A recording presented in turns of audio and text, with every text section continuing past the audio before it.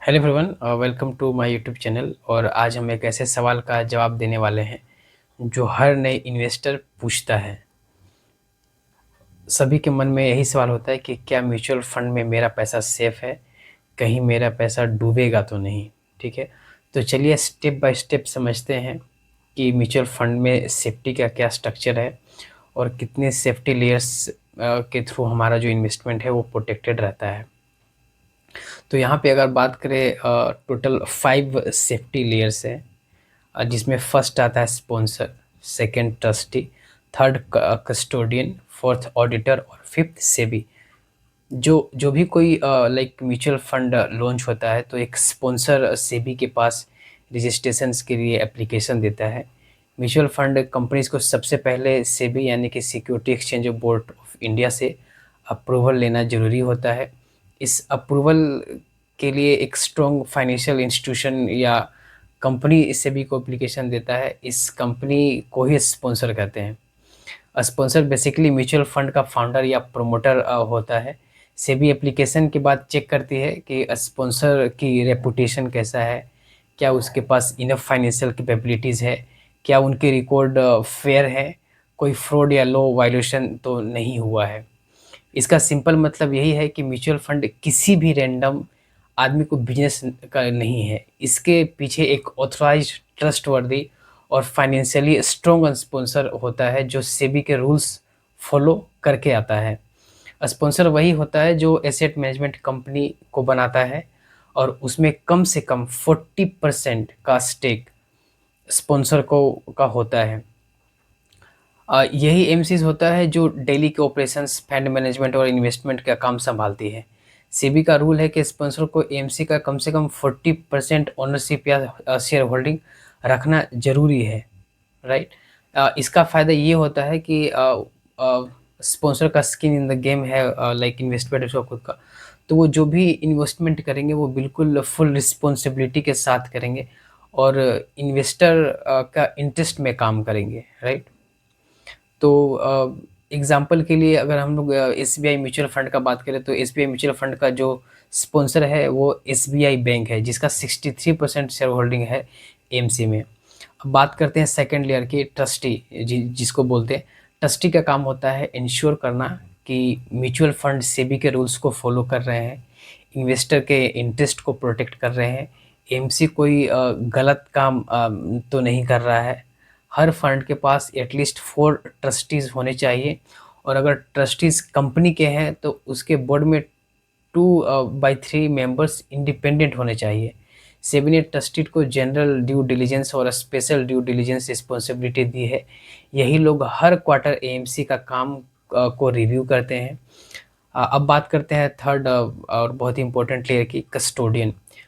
Custodian एक third party होता है जो आपके फंड के शेयर्स, बॉन्ड, सिक्योरिटीज़ को सेफली रखता है। हर म्यूचुअल फंड के ट्रांजैक्शन को सेटल करता है, कंफर्म करता है कि सिक्योरिटी इन्वेस्टर के नाम पर ही होल्ड हो रही हो।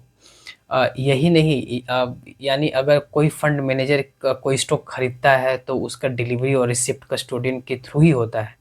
For example HDFC bank, SBI ऐसी ग्लोबल कस्टोडियन जैसे ट्रस्टेड इंस्टीट्यूशन ये काम करते हैं। और ये सिर्फ लोगों के होल्डिंग नहीं करते बल्कि डिविडेंड, बोनस जैसे कॉर्पोरेट एक्शन के रिकॉर्ड भी रखते हैं, इंश्योर करते हैं कि स्कीम के इन्वेस्टर्स का पैसा सिक्योर हो। अब बात करते हैं फोर्थ सेफ्टी लेयर्स की, जो है ऑडिटर।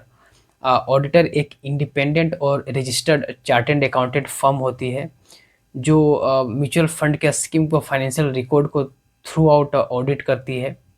ऑडिटर की रिस्पॉन्सिबिलिटी है कि जो एनईवी का जो प्राइस है वो प्रॉपरली कैलकुलेटेड है कि नहीं, उसको चेक करना, वेरीफाई करना। और जो एनईवी कैलकुलेट हो रहा है वो प्रॉपर मेथड से हो रहा है या नहीं, इस चीज़ को भी इंश्योर करना। फंड के एक्सपेंस और चार्जेस का ऑडिट करना, क्या इन्वेस्टर जो एक्सपेंस रेशियो जो दे रहे हैं एमसी को, क्या वो जस्टिफाइड है, कहीं वो कोई गलत खर्च तो नहीं किया हुआ है। ठीक है। फाइनेंशियल रिपोर्ट का एक्यूरेसी को चेक करना, मंथली, क्वार्टरली और एनुअल रिपोर्ट्स जो भी कस्टमर्स को सेंड किया जा रहा है क्या वो प्रॉपर है। ठीक है, विथ ट्रू वैल्यू और फेयर डेटा है उसमें। मिसमैनेजमेंट या फ्रॉड का टेस्ट करना, ऑडिटर आइडेंटिफाई करता है अगर एएमसी या किसी और स्टेक होल्डर ने पैसा मिसयूज़ तो नहीं किया गया है। सेबी का ऑडिट रिपोर्ट देना, हर साल ऑडिटर और ऑडिट रिपोर्ट सेबी के पास सबमिट होता है, जिसमें कोई भी डेविएशन हाइलाइट्स किया जाता है। अब बात करते हैं लास्ट और जो मोस्ट इम्पोर्टेंट सेफ्टी लेयर है, वो सेबी यानी कि security exchange board of India. India या इसका जो मेन काम होता है वो फाइनेंशियल मार्केटों को रेगुलेट करना होता है। लाइक तो वो सेम वे में म्यूचुअल फंड्स को भी रेगुलेट करती है। सेबी डिफाइन करते हैं कि म्यूचुअल फंड का स्ट्रक्चर कैसा होगा, स्पॉन्सर कौन हो सकता है, एएमसी कौन चलाएगा, इस तरह के सारे डिसीजन लेती है। एएमसी ट्रस्टी और कस्टोडियन का काम को सुपरवाइज विजन करती है। SEBI time to time inspect करते हैं कि रिपोर्ट्स एनालाइज करती है और इरेगुलरिटीज़ के लिए चेक करती है, और अगर कुछ इरेगुलरिटीज़ मिलती है तो उस पर स्ट्रिक्ट एक्शन लेती है। लीगल इन्फॉर्मेंस पावर से भी फाइन, ये सब सारा कुछ कोई भी एक्शन ले सकती है अगर किसी भी एएमसी ने गाइडलाइंस को प्रॉपरली फॉलो नहीं किया है। तो अब तक हमने देखा कि म्यूचुअल फंड में आपका पैसे की सुरक्षा सिर्फ 1-2 नहीं बल्कि 5 अलग-अलग सेफ्टी लेयर्स करती है, like sponsor, trustee, custodian, auditor and SEBI. इन पांचों लेयर्स का एक ही मकसद होता है कि आपकी हार्ड अर्न्ड पैसों को ट्रांसपेरेंसी, रेगुलेशन और अकाउंटेबिलिटी के साथ सिक्योर रखना।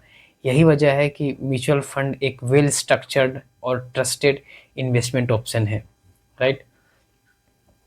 लेकिन याद रखें कि मार्केट रिस्क हमेशा होता है म्यूचुअल फंड्स में, बट हाँ लाइक यहाँ पे कोई फ्रॉड या पैसे के गायब होने का रिस्क बहुत ही कम है, नहीं के बराबर। अगर आप एक सेबी रजिस्टर्ड म्यूचुअल फंड में इन्वेस्ट करते हैं तो आप ये इंश्योर कर सकते हैं कि आपका जो इन्वेस्टमेंट है, आपका जो पैसा है, वो बिल्कुल सेफ़ है।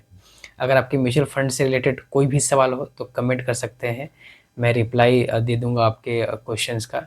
ये वीडियो सिर्फ एक एजुकेशनल पर्पस के लिए है। अगर आपको कोई भी इन्वेस्टमेंट करना हो तो आप अपने फाइनेंशियल एडवाइज़र से ज़रूर सलाह लें।